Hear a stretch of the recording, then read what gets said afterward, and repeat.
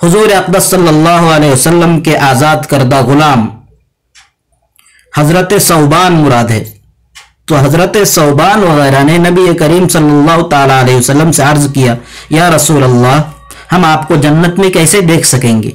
آپ تو جنت کے درجات عالیہ میں ہوں گے اور ہم آپ سے بہت نیچے مقام میں ہوں گے۔ اس پر یہ آیت نازل ہوئی۔ اسی شان نزول کی طرف مصنف نے اشارہ فرمایا، قال بعض الصحابۃ للنبی صلی اللہ علیہ وسلم، بعض صحابہ رضی اللہ عنہم نے نبی کریم صلی اللہ تعالی علیہ وسلم سے کہا، کیف نراک فی الجنۃ، ہم آپ کو جنت میں کیسے دیکھ سکتے، وانت فی الدرجات العلی، آپ تو بلند اور اونچے مقامات میں ہوں گے، درجات میں ہوں گے، ونحن اسفل منک، اور ہم تو آپ سے نچلے درجے میں۔ فنزل، تو یہ آیت نازل ہوئی، کون سی؟ ومن یطع اللہ والرسول فأولئک مع الذین انعم اللہ علیہم من النبیین والصدیقین والشہداء والصالحین وحسن اولئک رفیقا ذلک الفضل من اللہ وکفى باللہ علیما۔ ومن یطع اللہ والرسول، اور جو شخص اللہ اور اس کے رسول کا کہی ہوئی اللہ اور اس کے رسول کی بات مان لے، اطاعت کرے، فیما امرا بہ، جس چیز کا وہ دونوں حکم دے، فاولئک مع الذین انعم اللہ علیہم، تو ایسے لوگ، ایسے اشخاص ان لوگوں کے ساتھ ہوں گے جن پر اللہ تعالیٰ نے انعام فرمایا۔ کون ہیں وہ لوگ؟ یعنی انبیاء کرام، نبیین اور صدیقین۔ صدیقین کی تفسیر کرتے ہوئے مصنف نے فرمایا، افاضل اصحاب الانبیاء لمبالغتہم فی الصدق والتصدیق، صدیقین سے نبی کریم صلی اللہ علیہ وسلم کے بلند رتبے اور درجات والے اصحاب مراد ہے، کیوں یہ صدق و تصدیق میں یہ لوگ آگے تھے۔ دیکھیے یہاں پر خاص طور پر آیت کریمہ میں فَأُولَئِكَ مَعَ الَّذِينَ أَنْعَمَ اللَّهُ عَلَيْهِمْ، تو یہاں پر معیت سے مراد اتحاد فی الدرجہ نہیں ہے، کیونکہ تساوی بین الفاضل والمفضول، یعنی فاضل اور مفضول، ایک فضیلت والا اور جس پر کسی اور کو فضیلت دی جا رہی، دونوں میں تساوی یہ جائز نہیں ہے۔ اور مطلق اشتراک دخول جنت میں یہ بھی مراد نہیں ہے، بلکہ ہر ایک دوسرے کی زیارت کرنے پر قادر ہوں گے، ہر ایک دوسرے کو دیکھ سکیں گے جنت کے اندر، یہ مراد ہے۔ دوسری چیز آپ دیکھیے کہ مفسرین نے صدیق کی کئی تفسیریں کی ہیں۔ ایک قول یہ ہے، مفسرین فرماتے ہیں کہ الصدیق سے مراد افاضل اصحاب النبی صلی اللہ علیہ وسلم، جس کو سیوطی علیہ الرحمہ نے بیان کر دیا یہاں پر۔ دوسرا قول یہ ہے کہ ہر وہ شخص جو دین کی تصدیق کرے، دین کے حوالے سے اس کے مسائل و امور و احکامات میں اس کے دل میں کوئی شک و خلجان نہ ہو، یہ بھی صدیق ہے۔ اور اس کی دلیل یہ ہے کہ اللہ تعالیٰ کا قول والذین آمنوا باللہ ورسولہ اولئک هم الصدیقون۔ تیسرا قول یہ ہے کہ صدیق ہر وہ شخص، اس سے مراد ہے جو آپ صلی اللہ علیہ وسلم کی تصدیق میں سبقت لے جائے اور وہ دوسرے لوگوں کے لیے بطور قدوہ اور نمونے کے ہو جائے۔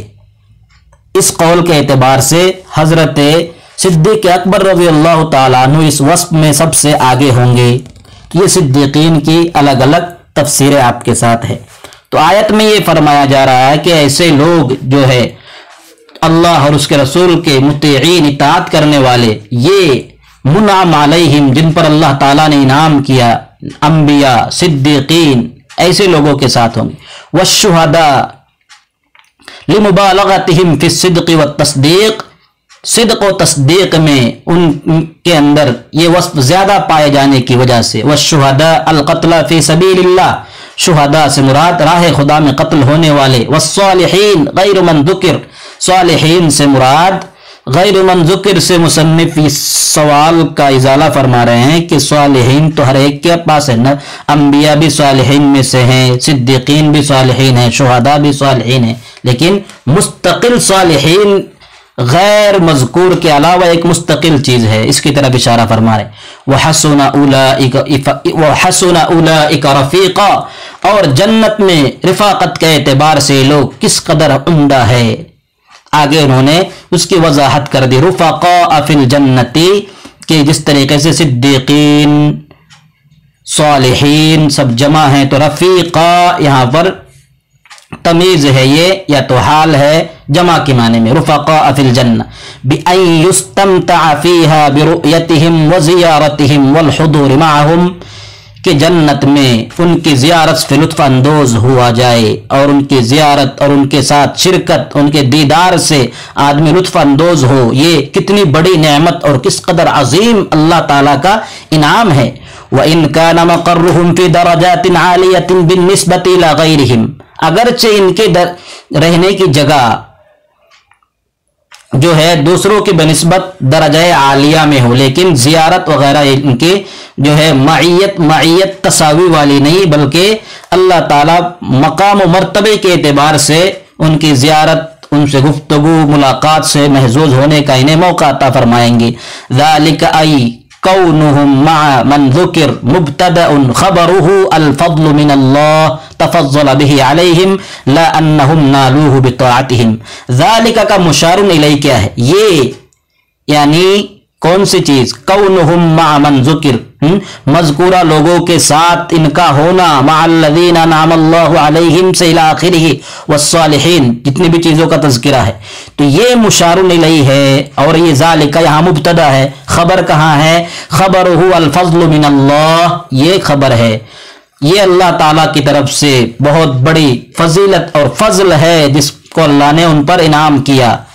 لا انہم نالوہ بطاعتہم، نہ کہ انہوں نے اطاعت کے ذریعے سے اس کو حاصل کیا ہے۔ اس سے معتزلہ پر رد مقصود ہے، یہ کہتے ہیں کہ بندہ اطاعت کے ذریعے سے بلند مرتبہ حاصل کرنے کا استحقاق بندے کے اندر ہوتا ہے، نہیں، بلکہ جو کچھ بندے کے اندر ہے سب کے سب ہمارا یہ ماننا ہے کہ فضل من اللہ ہے۔ وَكَفَى بِاللَّهِ عَلِيمًا، اور اللہ تعالیٰ باعتبار علم کے کافی ہے، بِثَوَابِ الْآخِرَةِ، آخرت میں ثواب عطا کرنے کے اعتبار سے، اَيْ فَثِقُوا بِمَا أُخْبِرُكُمْ بِهِ، یعنی تم جب اللہ تعالیٰ علم کے اعتبار سے کافی ہے، جاننے والے ہیں کافی، تو تم اسی پر بھروسہ کرو۔ فَثِقُوا بِمَا أُخْبِرُكُمْ بِهِ، تم بھروسہ کرو اس چیز پر جو میں تمہیں بتلا رہا ہوں۔ وَلَا يُنَبِّئُكَ مِثْلُ خَبِيرٍ، اور تمہیں باخبر ذات کی طرح کوئی نہیں بتلائے گا، جس طریقے سے اللہ کی ذات باخبر، وہ جس طریقے سے بتلا سکتا ہے کوئی دوسرا اس طریقے سے بتلا نہیں سکتا۔ جنت میں ملاقات کی چند صورتیں ہیں، جس کی ایک صورت یہ بھی ہوگی کہ اپنی اپنی جگہ سے ایک دوسرے کو دیکھیں گے، جیسا کہ موطا امام مالک میں بروایت ابو سعید خدری رضی اللہ عنہ منقول ہے کہ رسول اللہ صلی اللہ علیہ وسلم نے فرمایا کہ اہل جنت اپنی کھڑکیوں سے اپنے اوپر کے طبقات کے لوگوں کو دیکھیں گے جیسے دنیا میں تم ستاروں کو دیکھتے ہو، اور یہ بھی صورت ہوگی کہ درجات میں ملاقات کے لیے آیا کریں گے۔ اسی طرح مسند احمد میں رسول اللہ صلی اللہ علیہ وسلم کی یہ حدیث موجود ہے کہ رسول اللہ صلی اللہ علیہ وسلم کے پاس ایک شخص آیا اور عرض کیا، یا رسول اللہ، میں اس بات کی شہادت دے چکا ہوں کہ اللہ کے سوا کوئی عبادت کے لائق نہیں، اور یہ کہ آپ اللہ کے سچے رسول ہیں، اور میں 5 وقت کی نماز کا بھی پابند ہوں، اور زکوٰۃ بھی ادا کرتا ہوں، اور رمضان کے روزے بھی رکھتا ہوں۔ یہ سن کر رسول اللہ صلی اللہ علیہ وسلم نے فرمایا کہ جو شخص اس حالت میں مر جائے کہ وہ انبیاء، صدیقین اور شہداء کے ساتھ ہوگا، بشرطے کہ وہ اپنے ماں باپ کی نافرمانی نہ کرے۔ یہ روایت مسند احمد میں ہے۔